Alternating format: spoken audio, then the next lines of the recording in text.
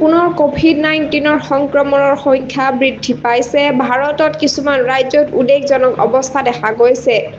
নমস্কাৰ, অসম নিউজ এক্সপ্ৰেছলৈ আপোনালোকক স্বাগতম। এই মুহূৰ্তৰ মুখ্য সংবাদ, বিশেষকৈ হংকং আৰু ছিংগাপুৰত কোভিড আক্ৰান্তৰ সংখ্যা আশংকাজনক হাৰত বৃদ্ধি পাইছে। কেৱল মে' মাহতে ছিংগাপুৰত প্ৰায় 14,000 লোক কৰোনাত আক্ৰান্ত হৈছে। ভাৰততো সংক্ৰমণৰ জোখ নিম্ন হ'লেও কিছু ৰাজ্যত সক্ৰিয় ৰোগীৰ সংখ্যা ধীৰে ধীৰে বৃদ্ধি পাইছে। কেৰালাত বৰ্তমান 69 জন সক্ৰিয় কোভিড ৰোগী আছে, তামিলনাডুত 34 জন আৰু মহাৰাষ্ট্ৰত 44 জন। মুম্বাইত 2 গৰাকী ৰোগীৰ মৃত্যু ঘটিছে। দিল্লীত ধৰা পৰিছে 3 জন ৰোগী, কৰ্ণাটকত 8 জন আৰু গুজৰাটত 6 জন। ছিকিম, হাৰিয়ানা আৰু ৰাজস্থানতো এজনকৈ ৰোগীক চিনাক্ত কৰা হৈছে। ভাৰতৰ স্বাস্থ্য মন্ত্ৰালয়ে ইতিমধ্যে পৰিস্থিতি পৰ্যালোচনাৰ বাবে উচ্চপদস্থ বিষয়া আৰু ৰাজ্য চৰকাৰৰ সৈতে বৈঠক কৰিছে। তেওঁলোকৰ মতে বৰ্তমান দেশত পৰিস্থিতি নিয়ন্ত্ৰণৰ ভিতৰত আছে আৰু আশংকাৰ কোনো কাৰণ নাই।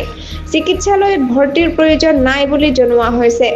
বিশ্বব্যাপী সংক্ৰমণৰ হাৰৰ সৈতে তুলনা কৰিলে ভাৰতত সংখ্যা বৰ কম। তথাপি স্বাস্থ্য বিভাগ সতৰ্ক অৱস্থাত আছে। আমি সকলোকে অনুৰোধ জনাইছো, সাৱধানতা অৱলম্বন কৰক, পৰিষ্কাৰ পৰিৱেশত থাকক আৰু স্বাস্থ্য বিভাগৰ নিৰ্দেশনা মানি চলক। আকৌ আহিম আন এক গুৰুত্বপূৰ্ণ খবৰ লৈ। অসম নিউজ এক্সপ্ৰেছ চেনেলটোৰ লগত সংযুক্ত হৈ থাকক। চেনেলটো লাইক, কমেণ্ট, শ্বেয়াৰ, ছাবস্ক্ৰাইব কৰিবলৈ নাপাহৰিব। লগতে কাষতে থকা বেল আইকনটো দবাবলৈ নাপাহৰিব। ধন্যবাদ।